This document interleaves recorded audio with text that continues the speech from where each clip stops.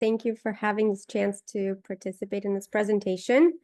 Just a few brief opening words. I think I'd like to share just the goal and philosophy of our breast cancer practice at NYU, where I think we all as providers understand that breast cancer is not just a medical condition, but certainly condition that affects the whole person and their family members as well.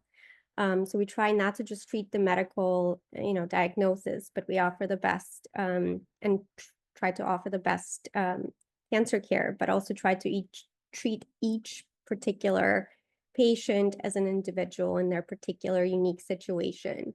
So I think in today's talk, that's part of the series of 3 presentations that already addressed the diagnosis and treatment, where we'll be covering supportive care services that I think are so important for us to do just that, to actually treat the whole person rather than just the medical condition of breast cancer. So with that, I will introduce the first speaker, Dr. Christian Bjerre. He's a psychiatrist at NYU who specializes in psycho-oncology. He trained at Duke University, where he also served as the chief resident and completed a fellowship at Memorial Sloan Kettering Cancer Center. He helps patients and clinicians navigate not just their treatment decisions, but also the inner experience of healing itself. Dr. Bjerre is passionate about restoring the human connection in medicine and reminds us that listening and presence are not just soft skills, but forms of clinical precision. So please join me in welcoming Dr. Christian Bjerre, who will be presenting See Me Beyond My Breast Cancer, How to Get Your Doctor to Listen to You. Thank you, Elena. Once somebody is diagnosed with breast cancer, they go through a lot of very difficult things. And one of the things that they go through is, identity change. We have a life trajectory that we think we have, right? We're all humans. We create an idea of what's going to happen to us, and we try to operate under that assumption. And that's a projection. That's a plan. And then suddenly this cancer diagnosis comes up and really destroys that idea to a degree. It can, creating a shift from healthy to ill. So especially when it comes to breast cancer, a physical identity change from, surgical scars, hair loss, mastectomy, these thoughts of what femininity, sexuality, attractiveness, all of that really starts getting convoluted in our mind. Then there's this suspension of our life plan. We may have had career plans, we may have had study plans. There's a little bit of a before and after effect that can be really shocking. And I guess my main point as we start talking about these things is to get the most support that you can. And here we can do that through psycho-oncology. We have a few psychiatrists that work in the cancer center. And even if you can't make it to Manhattan, you can all, if you consult with us, we can see you online most of the time. We also have psychologists. We have Dr. Lewis that would be able to meet you more often to address some of these issues. I guess I wanted to point out some of these issues to normalize them and to make us realize that they're part of the cancer journey. And the more we are aware of them, the faster we're able to recognize them, accept them, and process them. And after processing them, maybe even draw meaning from it potentially, which may sound completely outrageous, but some people manage to do that. Okay, so when it comes to how to get the doctor to listen to you, I think the first thing that we have to consider is that there's a loss of agency. that can occur on top of this identity disruption. So, or identity change, about identity change, loss of agency, and emotional suppression to stay strong, which I think are the biggest picture problems that happen right after a cancer diagnosis. So when it comes to loss of agency, imagine this diagnosis happens and then we're rather confused in various areas of our lives. And then we go to the doctor, and then suddenly there's all of these treatment regimens, hospital schedules, physician decisions that sometimes the people going through this care can feel like a little like they're putting a cart and they're just going on for a ride, and we forget that we as patients can be decision makers, and we sort of like lose the lose loss of agency is another way of thinking. It's another way of saying loss of control.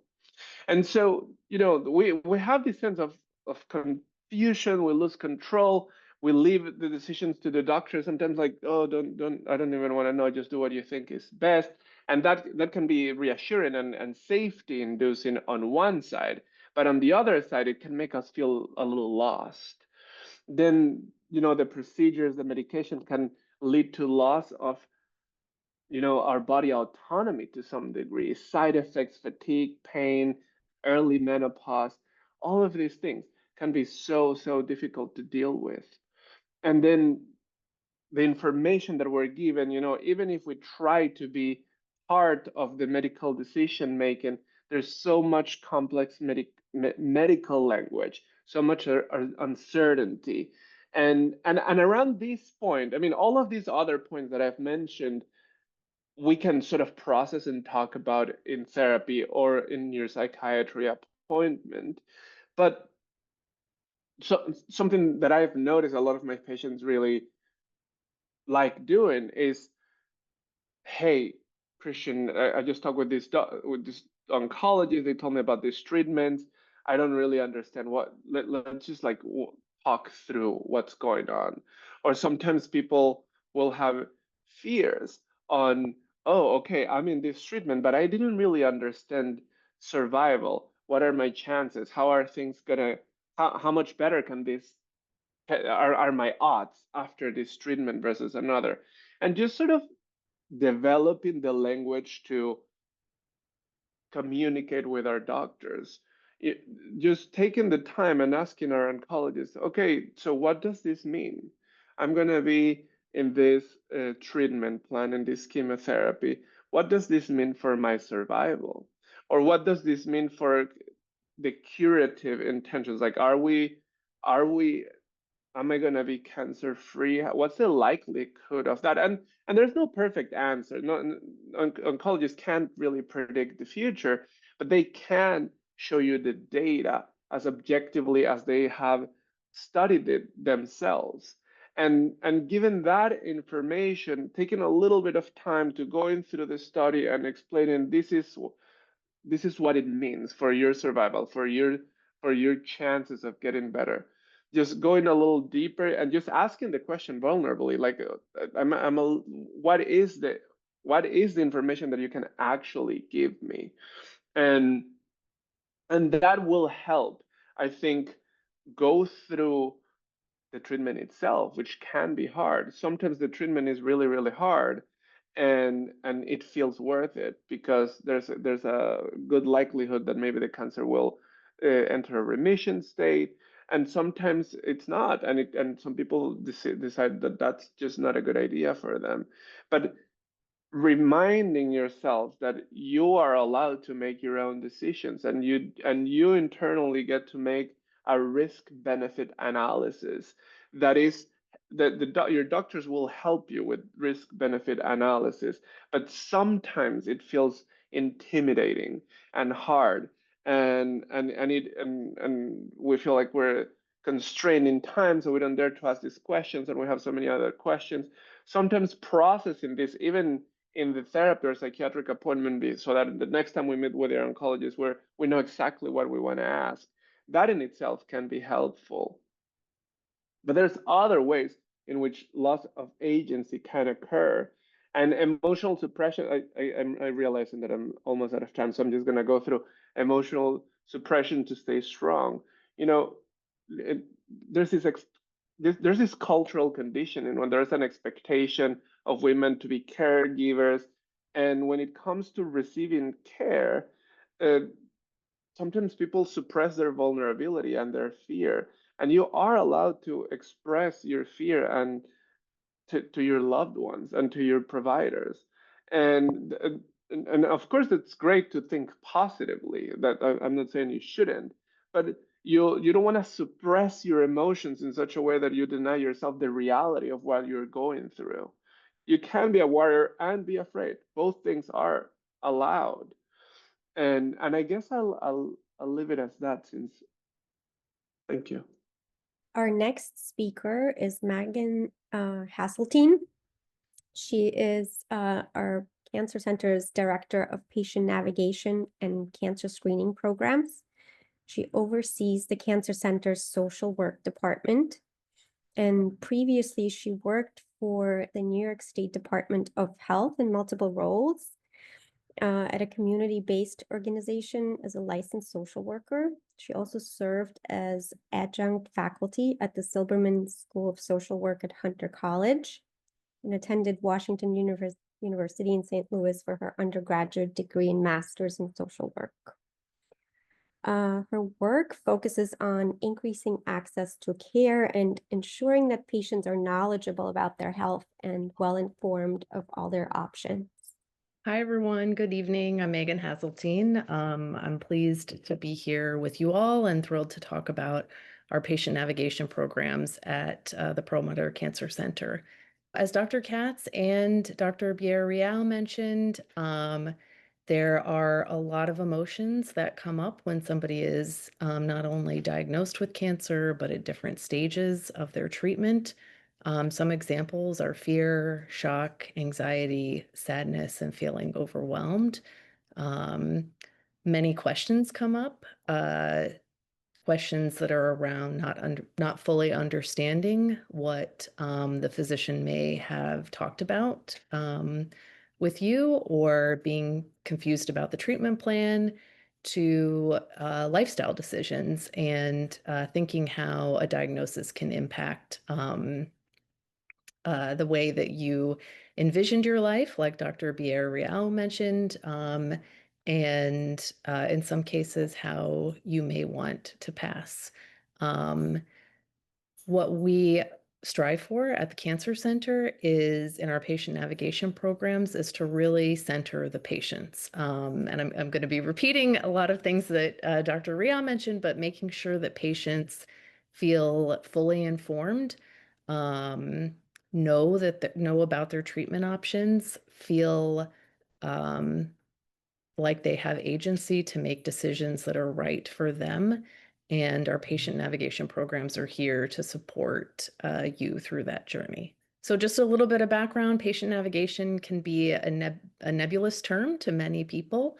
Patient navigators are people who act as advocates for patients within the healthcare system.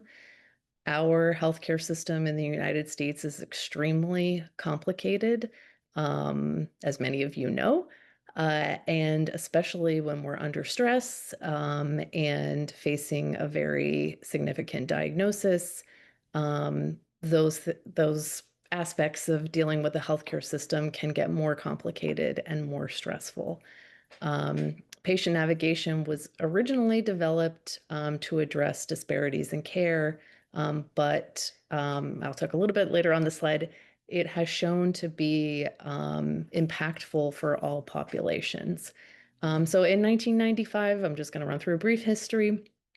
The first patient navigation program ever was developed. It was a breast cancer navigation program, and it was developed in New York City, in Harlem, where Dr. Harold Freeman noticed that women who were diagnosed with breast cancer had a desire to get timely treatment, but there were things going on in their life, such as childcare, or transportation barriers that were impacting their ability to get treatment on time. And so he developed a position at Harlem Hospital called a patient navigator, who can help address those social barriers, and also provide clinical education to patients. And then in 2005, Congress passed a bill which increased funding for patient navigation programs across the country. We now not only see patient navigation programs in cancer, but in many chronic disease areas, in diabetes, in HIV and AIDS, or heart disease. So between 25 and 2010, there was a rapid expansion of patient navigation programs across the country. And in 2020, this continued. You may remember during COVID-19 that there were lots of people educating in the community around wearing masks, getting vaccinated. Those are all versions of patient navigation models. And what we see across the data and the studies that have gone on is that patient navigation across the board improves access. Having a patient navigator be able to help patients understand how to get through get into the system, get through the system. It improves timeliness of care. It increases survival rates. It reduces disparities. And it's also been shown to increase both patient satisfaction, because they feel like they have support throughout their care journey, and also provider satisfaction, because providers know that patients are supported, and patients have the information they need to make decisions that they're comfortable with. So some roles of a patient navigator are facilitating care. That can be getting patients through the door, making sure that guiding patients through the transitions in care, scheduling and coordination. They may not schedule appointments themselves, but they'll connect patients with schedulers. Providing education. It could be education on specific tests. It could be education on side effects that people may experience. Advocating for patients. That could be, as Dr. Bjerre mentioned, talking to patients before their visit and thinking about what questions you want to ask the provider. Removing barriers to care. We see at the Cancer Center, we see patients who are concerned with the financial impact of cancer, transportation, social support. Those are the most common barriers that we see here at PCC. Our other objective is making sure patients are connected to resources in the community. So it may be cancer-specific resources. It may also be social support systems or benefit programs in their own community that they can continue with after their treatment is completed.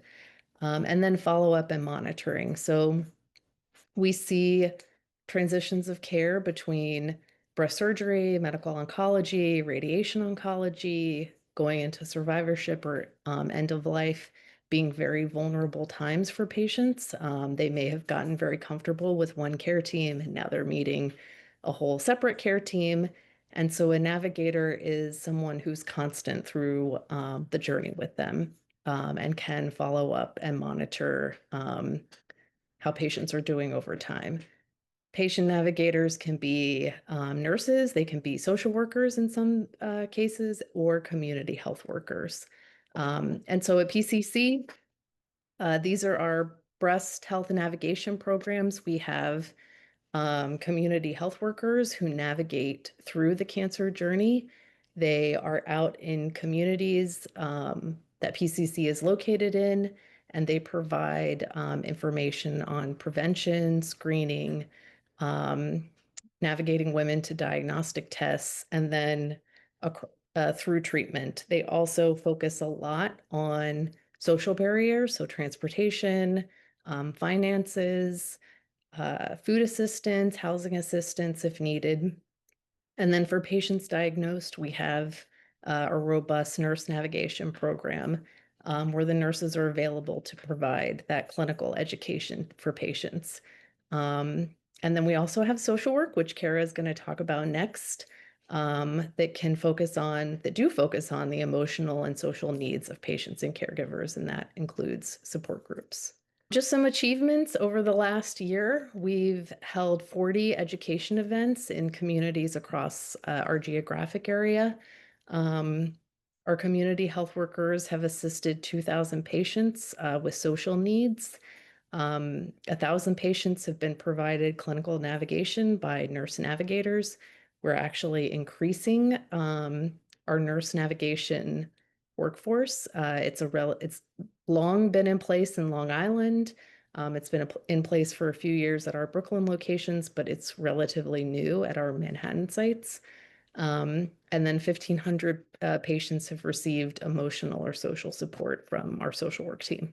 Here is contact information. If anyone who's joining us tonight would like to work with a patient navigator, these are the managers of the different programs. Monica and Grace oversee the nurse navigation teams. Anita oversees CHWs. And Sarah Paul and Karen Scheinkoff are the managers for our social workers. And these, they can connect you with navigators specific to breast cancer. And thank you. So I'll introduce our next speaker, Cara Livoti. So she is a licensed clinical social worker from Long Island. She graduated at Adelphi University in 2009 with a master's degree in social work. And Cara has been part of our NYU Langone Long Island care team since 2011. She began first on the inpatient service and has extensive experience in supporting not only her patients, but also the caregivers and their loved ones as well. In 2022, she made the move to working specifically with the breast cancer patient population at the Cancer Center in Long Island. And she's well-versed in the resources available through NYU's Cancer Center and the community as well for the breast cancer patients, and takes great pride in providing the comprehensive psychosocial care that these patients do need. And so, Cara, go ahead. Thank you, Dr. Katz. This is benefits of breast oncology support groups and family. As the breast oncology social worker, it is my role to help patients navigate the emotional, social, and practical challenges of breast cancer. Support groups provide a safe and empowering space for healing, connection, and resilience. I've been incredibly lucky to work in medical social work for 14 years. I accepted this role as the breast health and oncology social worker at NYU Mineola, and it was then that I began facilitating the Zoom breast support group. As the facilitating social worker, I help to create a safe space where all conversations are confidential, agreed upon by all group members. Since beginning this group in early 2002, the group has grown from a few members to about 10 regular members and 25 members the Zoom link is sent to twice a month. Group takes place every first and third Tuesday of each month. It's a relaxed atmosphere in that we allow drop-in members. The group consists of a mix of patients in current treatment and some survivors. It is an honor to facilitate this group and to get to know these strong and wonderful members. The emotional benefits of groups. So groups provide validation and reduce feelings of isolation, offer a safe environment to share fears and hopes, promote emotional healing and resilience, and enhance coping mechanisms to help with stress, anxiety, and depression. I actually had a group member reach out to me on Monday after the breast cancer walk. She let me know that she was so anxious about an appointment that she had with her general practitioner when they questioned a medication she's prescribed. She started to question herself and if she should have asked her oncologist for more information before beginning it. She began to have a panic attack. Once she met up with the other group members at the breast cancer walk, she felt immediate relief from speaking to all of them about some of their experiences with this particular medication. She shared it had not it had felt like a weight of emotional anxiety and dysregulation had been lifted off of her. She expressed that she was so thankful for the group, especially in that moment. And that is just one example. Social benefits of group. Group builds a supportive community of peers, encourages shared lived experiences different from one-on-one talk therapy. It helps develop lifelong, long-term friendships and networks, creates a sense of belonging during treatment and survivorship. I have about 6 group members that are survivors and come regularly to group sessions. These women have formed lifelong bonds with each other. They have shared that they meet for tea, coffee, and sometimes lunch. They've been out together numerous times and attend breast cancer functions together. They have shared the expression that this is a club you never wanted to join, but once you belong, you have sisters for life. They have an unspoken language and bond that people who have never had cancer cannot understand.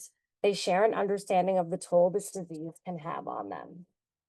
Many of the survivors have made it a point to stay in the group and provide support to the newer members. And they even created their own team for the walk, both this year and last year. And it's just wonderful. Educational benefits. Group provides access to practical information and resources, encourages learning from others' treatment journeys, helps patients understand the medical terminology and care processes, strengthens self-advocacy and treatment planning, connects patients to resources and services.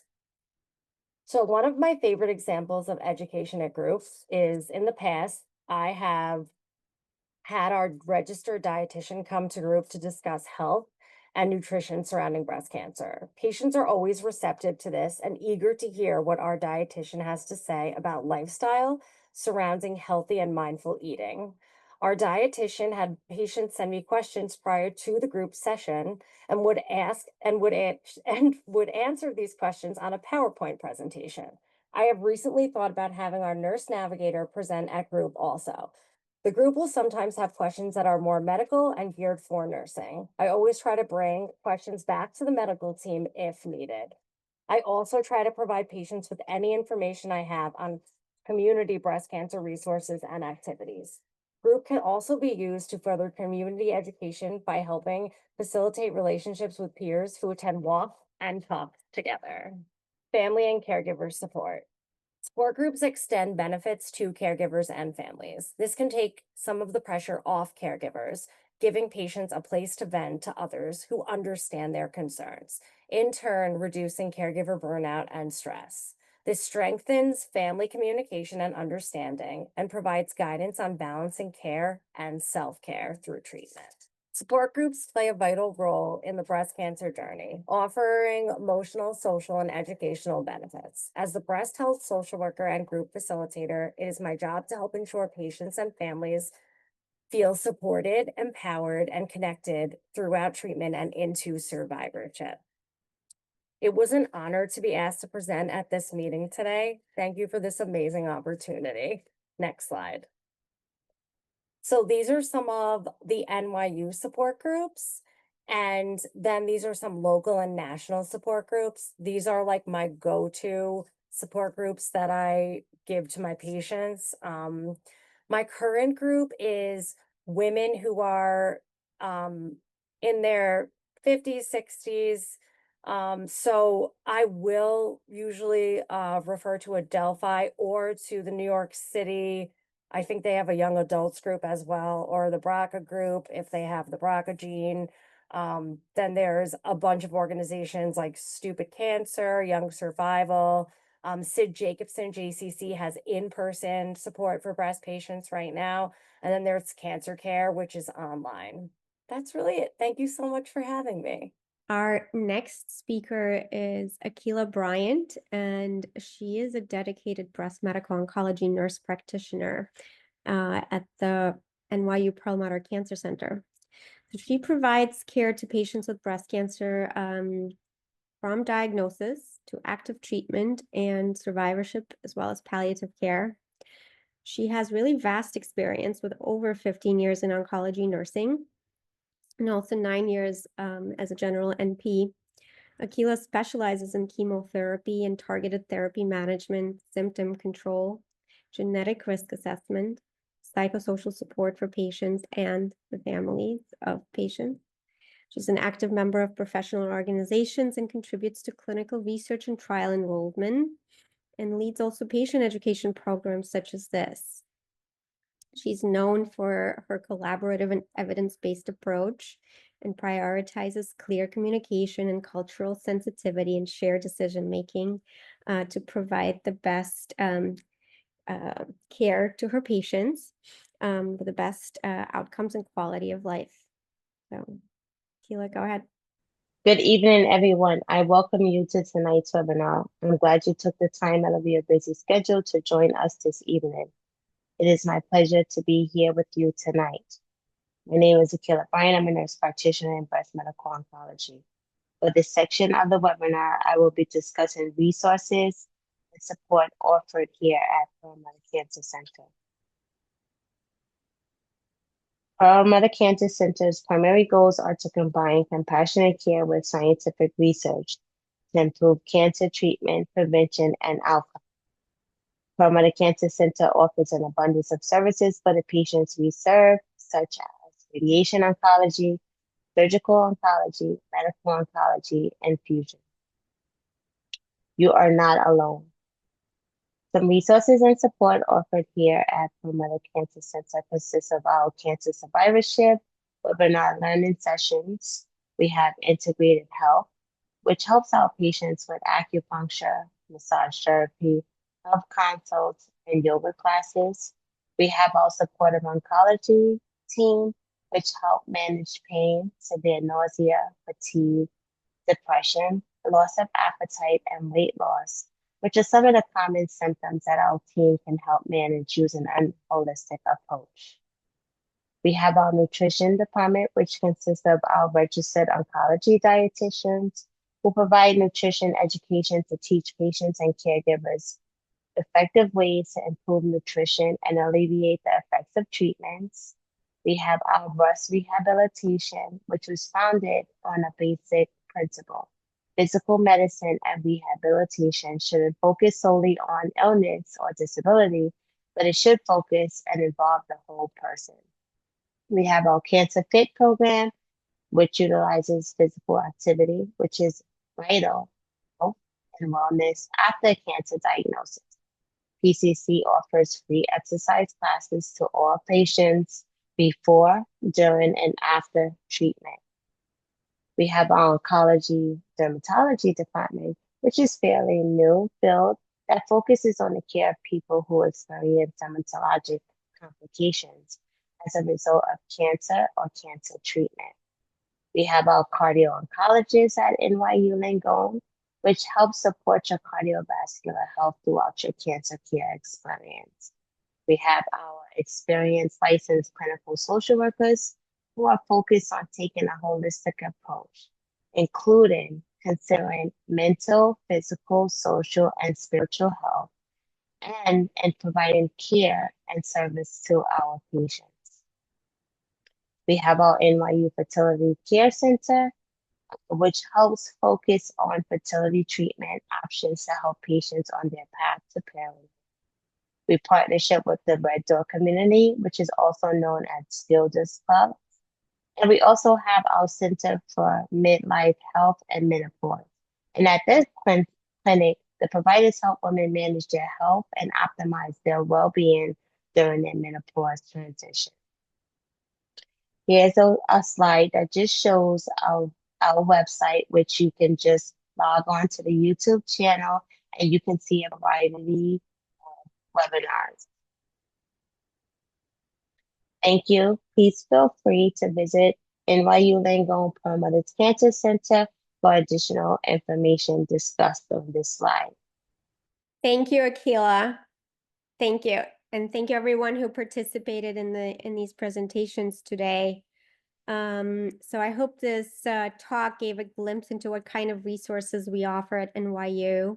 I think we're really fortunate, very lucky as providers at NYU to have such excellent social workers and nurse practitioners who support us and help us provide excellent care to our patients that's more caring and personalized that I think every cancer patient really needs when going through such a tough time.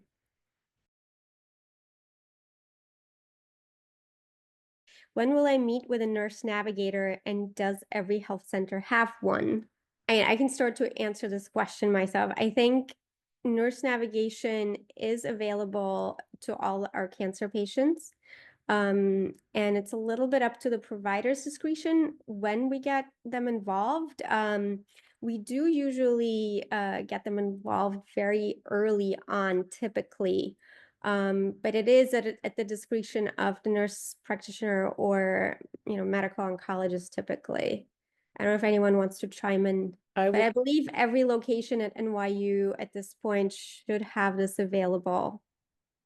Yes, and if you would like a patient navigator, we are here to help you. So please mention it to your provider or Exactly, yeah. feel I free to think you can just bring it up to your medical oncologist or nurse practitioner, whoever you're seeing. Is there an app for anxiety or mood swings during treatment? There are several apps that are used for anxiety with various data.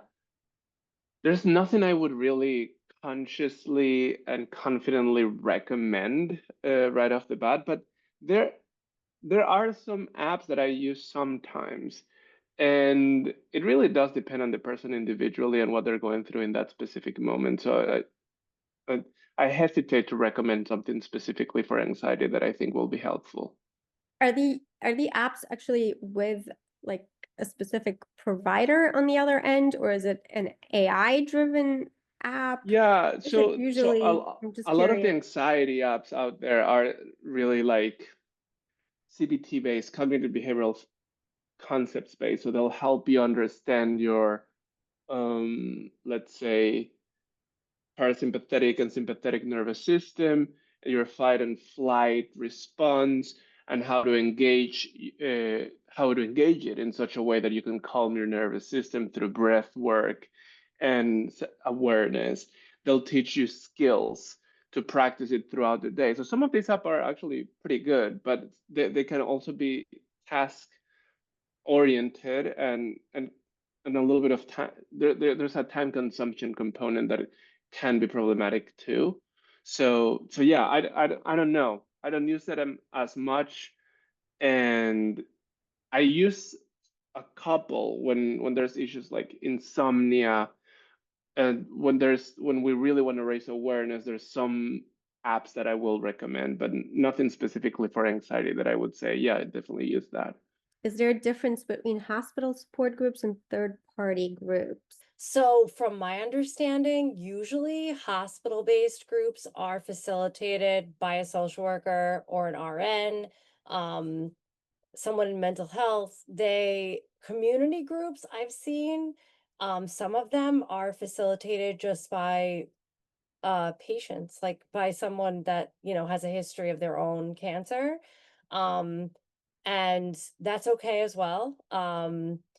But yeah, so I feel like that's like the main difference. What should I expect when going to a support group? Do I have to talk? You don't technically have to, and I always tell everybody, like, if you want to come in and you don't want to put your camera on, I totally get it. It's totally fine. A lot of people hate webcam. It's fine. But I do like for the new patients that come into group to just do like a brief introduction of where they're at in treatment. Like if they were just diagnosed, let's say, the type of cancer that they have, and if there is a plan for treatment. Because usually once the patient introduces themselves and just gives that little amount of information, we will have survivors jump in that are like, oh, I went through this. And when the patients have questions of like, what was this like? What was that like? The survivors are just wonderful and they love answering. So What is the best way to prepare for a meeting with a navigator, a nurse navigator, so I can make the best of it? Is one question here. Would anyone like to take it? I replied, I said maybe trying to write down your thoughts and questions in preparation for the visit, because there's so much, and sometimes patients are just overwhelmed by the diagnosis itself and all that's thrown at them in terms of appointments and tests. So just writing things down, whatever comes to mind that you'd like to clarify and address is helpful, keeping a little journal. Yes, I agree with that also, because it can be very overwhelming, especially after the first initial visit with the providers. So I always encourage patients to write it down, even if they get home and they, thought of a question or that they forgot, always keep a trail so that they can ask additional questions regarding whatever the situation is. So I always tell them to write things down because, overstimulation from the information. And I will add, we have common questions that we ask all patients. So it is a general conversation, but if you haven't thought of a question, we may ask you about something that you haven't thought of to make sure that you're aware of the resources that we have. If wigs are covered by insurance or if there are home aid services. So I think that will depend on each patient's particular situation and their insurance, but maybe social work can also answer this question. I usually tell patients that they should reach out directly to their insurance company. That's like my top answer. I mean, but then there are like community programs. If your insurance doesn't cover a wig, I've seen like the coalitions on the island, they'll do like the Adopt a Wig program, where they will like have wigs that are donated to them, and then they will donate the wigs to patients that can't afford wigs, because wigs can be expensive. Um, a lot of insurances though do cover a lot, like part of it or the full wig. But usually what we do is we tell the doctors to write a script for cranial prosthesis, and then they bring that script with them to one of the wig facilities, and I have like a bunch of wig resources as well. Where can I find financial help for treatment, specifically copays, childcare, and loss of employment? I would recommend reaching out to either a patient navigator or our community health worker program, which Anita McFarlane oversees. And we can help figure out the financial assistance and connecting you to resources for childcare and other needs.